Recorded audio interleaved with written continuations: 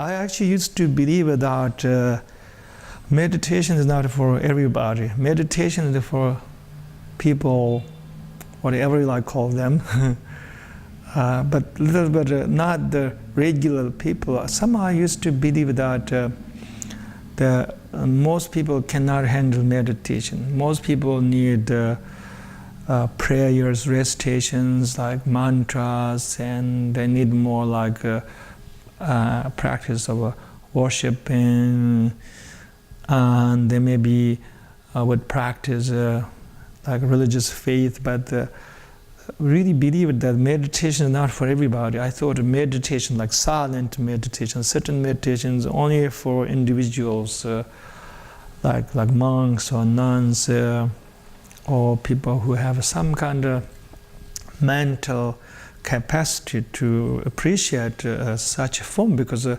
you look from outside, meditation is very subtle, because it's not like prayer. It's not like going to a temple, burning incense and chanting names of Buddhas. It's so subtle. That's why I felt that common people would not understand meditation. I grew up in Tibet, and very few people used to meditate.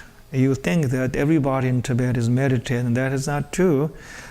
People feel very comfortable reciting mantras, prayers, and then making offerings to the statues, burning many butter lamps, and releasing, animal release practice. And they do all these really wonderful things, like a wholesome act, but very few people knew how to meditate. Like only yogis knew how to meditate. But then somebody told me, with the Goenka movement in India, all these people, like farmers, uneducated people, as well as the educated people, they were all meditating together in the form of a sitting meditation, silent meditation.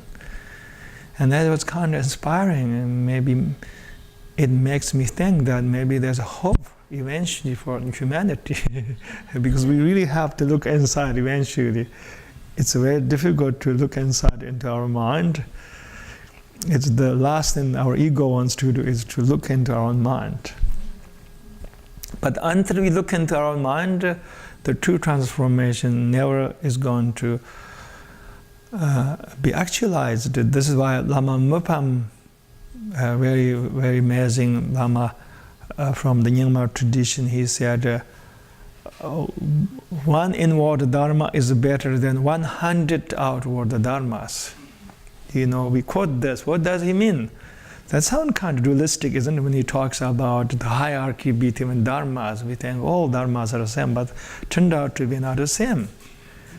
Let me repeat what he said. One inward dharma is better than 100 outward dharma. What is the outward dharma? Dharma means like the spiritual practice. What is outward dharma? He's referring to any kind of dharma practices. No matter how holy they are, if there's no more contemplation, if there's no more act of looking in your mind, and then these are the outward dharmas. They do have merit, they do have some benefit, but he's saying that they cannot really change us in an ultimate sense. So when he said inward dharma, he's referring to the dharma practice that has self-inquiry, contemplation. There's a whole practice of looking into your own mind. Look into your own mind, see? I remember a few months ago, Kambodja Lodru, was a very amazing individual. I respect him as one of the most amazing Buddhist teachers alive right now on earth, who is the main abbot of the monastery that holds 10,000 monks, nuns in eastern Tibet. He come here. Perhaps some of you have attended that with also my friends Jack. Who else? Jack Cornfield. Oh, right, Jack Cornfield, and Norman Fisher and Sharon. That was first time actually I met with Sharon, but I feel she has been my friend somewhere or another. So, and then Kanbuji Srimlodru basically said, "Oh yeah, by the way, do you remember the name for that panel discussion was Change Your Mind and Change the World." Remember? A really nice name, Change Your Mind and Change the World. Such a nice name, Change the Mind and Change the World.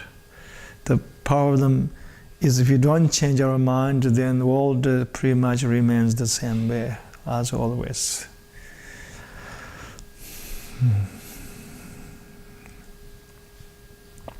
But then Kanbuji Srimlodru said, really gave the kind of final method. He said he put in simple language. He said basically, this is all about looking into your mind. He said, looking in your mind. So he's saying that the way you can change your mind is through looking into your mind. And many people don't want to look into their mind, even though they might be very spiritual and they can be really wonderful, but they are very afraid of looking into their own mind. I actually know somebody who doesn't want to look into their mind. His name is Anam Thubten.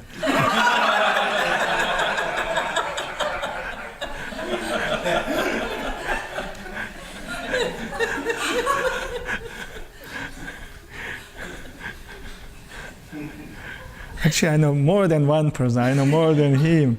I know a bunch of people really don't want to look into their mind. One is Anam Thubten. I mentioned his name. But I actually know some other people who are really outwardly very immersed into all these spiritual practices. Like I know somebody who's really into like Buddhism and Vajrayana Buddhism, Dzogchen, Tantra, etc. And this person goes to Nepal all the time and hang out with all these like spiritual celebrities. We call them high lamas. But this person, if I'm corrected, has really difficult to look into one's own mind. You see?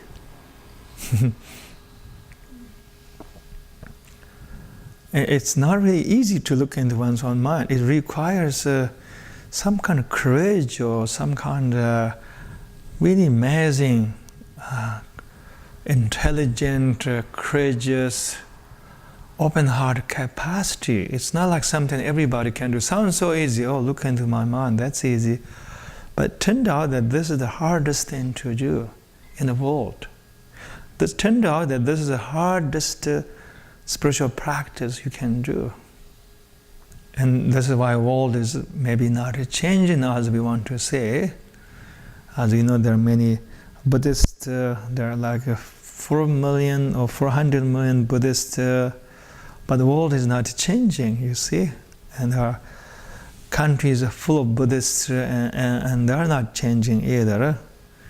I don't have to get into all the details, but there are countries, they have so much pride by being Buddhist, and then they sometimes being a little bit unkind to other people, like minorities, people who are practicing different religion. You see, maybe because they're practicing Hinduism or they're practicing Islam. Now you see that it's so easy to be spiritual, wholesome, and doing all this good stuff, but so difficult to look into our own mind and to see our own hatred, our own greed, our own delusion, and to arise above them.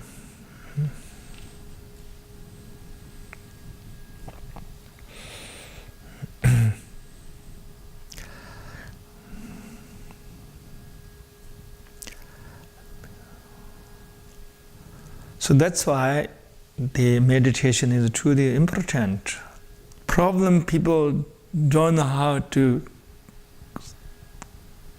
just sit and do nothing. That's the problem.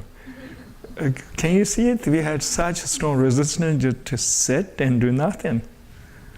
This is the problem. This is the biggest problem we have is we just don't know as a species to sit and do nothing, at least for 20 minutes every day.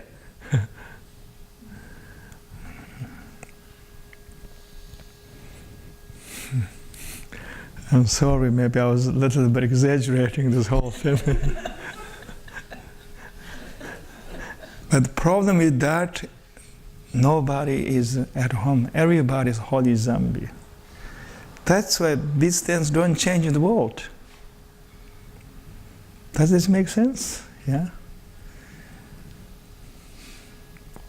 So we need meditation. Meditation is about doing what Buddha said. You are your own Lord. You're on your refuge. So meditation to me is all about remembering this wisdom of a Buddha, that you can be only your own Lord refuge, who else can be your refuge? And start turning your intention inward and see your own fire. Your own fire that you're burning, as Buddha said in the fire sermon, that we are burning in the fire of greed, we are burning in the fire of hatred, we are burning in the fire of delusion.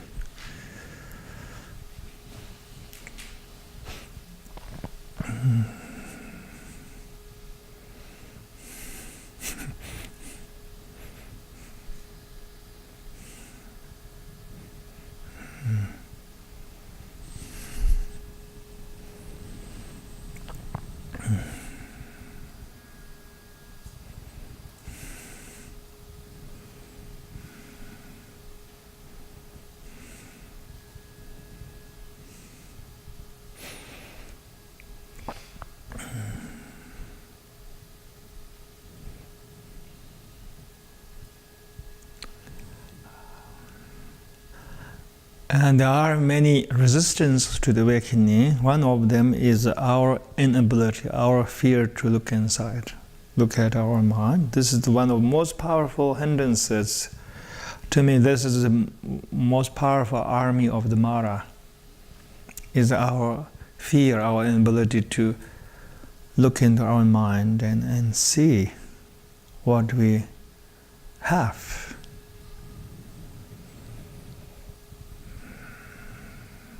And what we can do, also what we can cultivate, what we can develop, but also what needs to be acknowledged and to be purified.